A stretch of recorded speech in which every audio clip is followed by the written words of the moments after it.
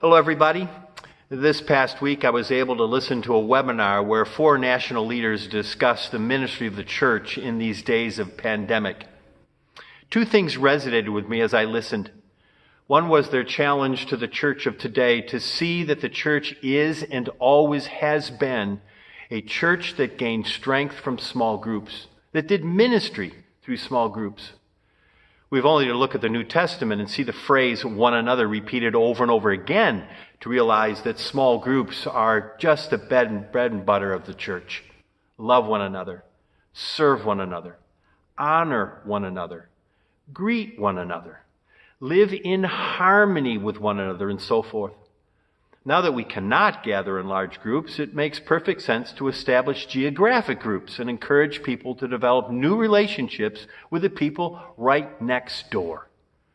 The emphasis on small groups resonates with me. The other thing that resonated was the emphasis on technology. If the church is going to do ministry today, right now, in this pandemic day, they need to make good use of technology. I grew up in the days of the Jetsons, which was a cartoon family of the future. They communicated with each other the very way we're doing it now, with Skype and Zoom. Amazing technology, enabling us to do ministry. The webinar was so encouraging to me because I realized we are already doing, under Pastor Grant's leadership, the very thing they were challenging us to do. That is, gather in geographic clusters. Presently, our local church is spread over 21 geographical areas. Already 14 of those areas have leaders and have begun to meet. The initial feedback has been wonderful.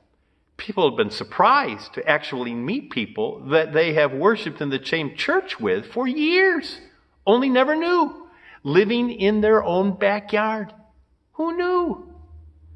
Now, if you've not yet received a call about a geographic group, please know we're just getting started. If you'd like to be a little more proactive and give Pastor Grant a call and see about a geographic group in your area, please, he'd love to talk with you.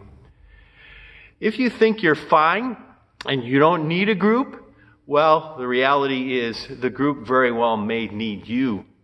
There are folks that could have and be encouraged by what you have to give them. I've not yet figured out just what this will look like way down the road when things return to more of a normal. We do know we will have corporate worship, and we do know that small group ministry will be very much a part of how we do ministry, gathering together to care for one another. We anticipate that there will be a stronger church when this is all over with, and that it will be stronger because we have learned even better how to do small group ministry and connect with one another, to care for one another in geographic cluster groups.